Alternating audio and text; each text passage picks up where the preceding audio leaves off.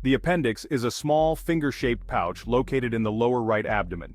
It is connected to the cecum, the beginning of the large intestine. While the exact function of the appendix remains a topic of debate among scientists, it is believed to play a role in the immune system. The appendix may act as a reservoir for beneficial gut bacteria, helping to repopulate the intestines after illness. Despite its potential role, the appendix is considered a non-essential organ. This means that a person can live a healthy life without it. However, when the appendix becomes inflamed or infected, a condition known as appendicitis, it can quickly become a serious medical concern. Appendicitis is a common condition affecting millions of people worldwide each year. It can occur at any age, but it is most prevalent between the ages of 10 and 30.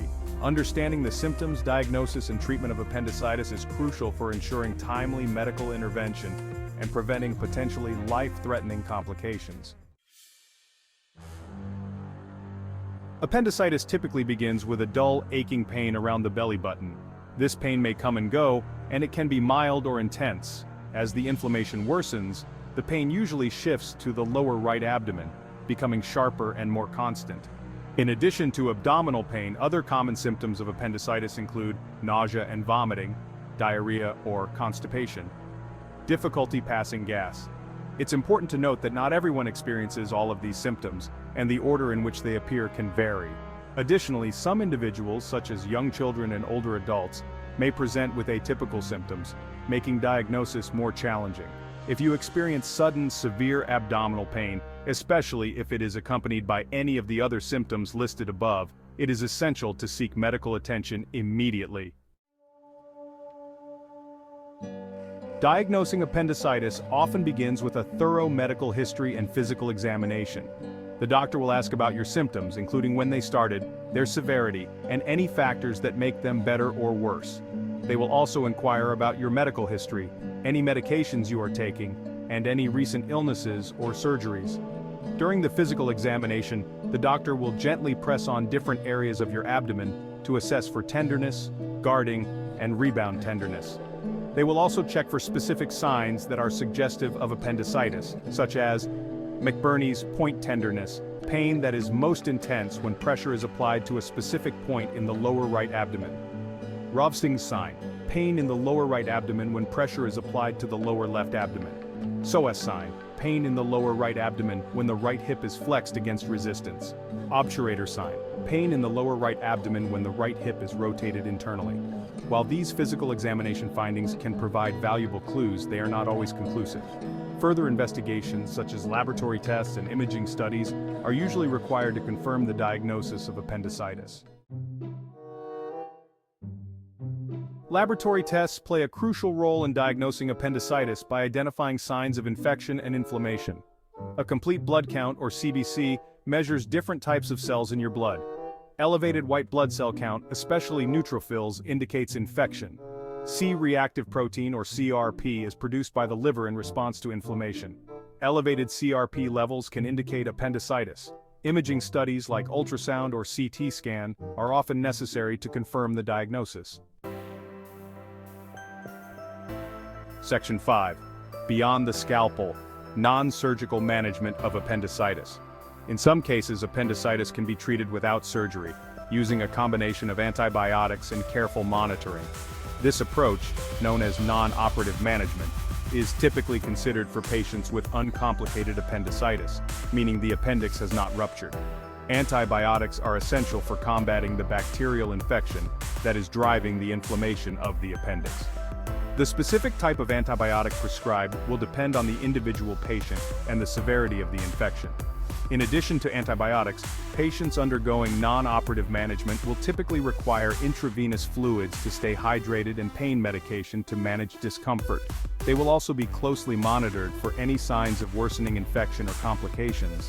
While non-operative management can be successful in some cases, it is important to note that it is not appropriate for all patients with appendicitis. If the appendix has ruptured or there are concerns about complications, surgery is typically the recommended course of action. Section 6. When surgery is necessary. Appendectomy for appendicitis. Appendectomy, the surgical removal of the appendix, is the standard treatment for appendicitis. It is a common and generally safe procedure that effectively eliminates the risk of the appendix rupturing and causing further complications. There are two main approaches to performing an appendectomy: laparoscopic and open. The choice of surgical technique depends on several factors, including the patient's overall health, the severity of the appendicitis, and the surgeon's experience and preference. Section 7. Laparoscopic versus open appendectomy, weighing the options.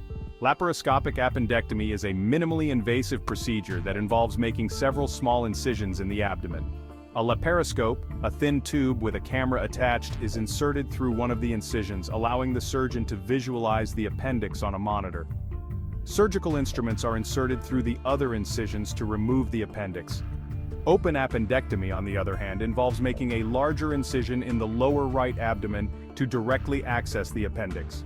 This approach may be necessary if the appendix has ruptured, there is significant inflammation or scar tissue, or the patient is not a suitable candidate for laparoscopic surgery. Both laparoscopic and open appendectomy are effective in treating appendicitis. However, laparoscopic surgery generally offers several advantages, including smaller incisions, less pain and scarring, faster recovery time, shorter hospital stay, and lower risk of infection. Despite these advantages, laparoscopic appendectomy is not suitable for everyone. Your surgeon will carefully consider your individual circumstances to determine the best surgical approach for you. Life after appendicitis treatment. Most patients can expect to make a full recovery within a few weeks. Recovery time may be longer for open appendectomy. Follow your doctor's instructions carefully. Take pain medication as prescribed. Gradually increase your activity level. Avoid strenuous activities and heavy lifting. Eat nutritious foods and stay hydrated. With proper care, most people recover fully. Section 9. Potential complications. Understanding the risks.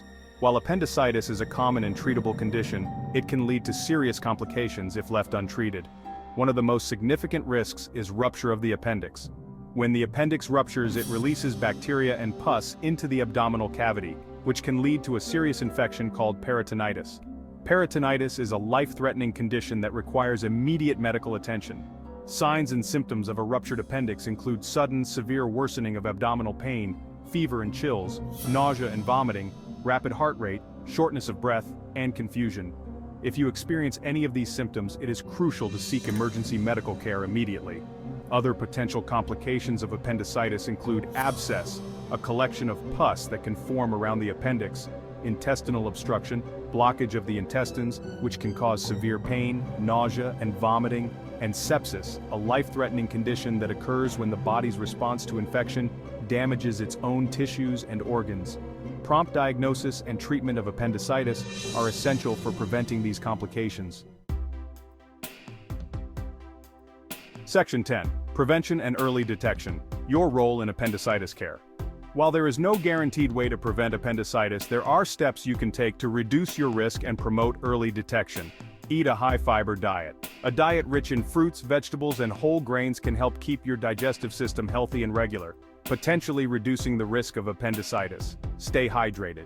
Drinking plenty of fluids, especially water, is essential for overall health and can help prevent constipation, which has been linked to an increased risk of appendicitis. Don't ignore abdominal pain.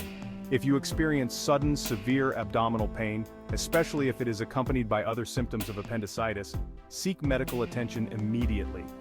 Early detection is crucial for successful treatment of appendicitis.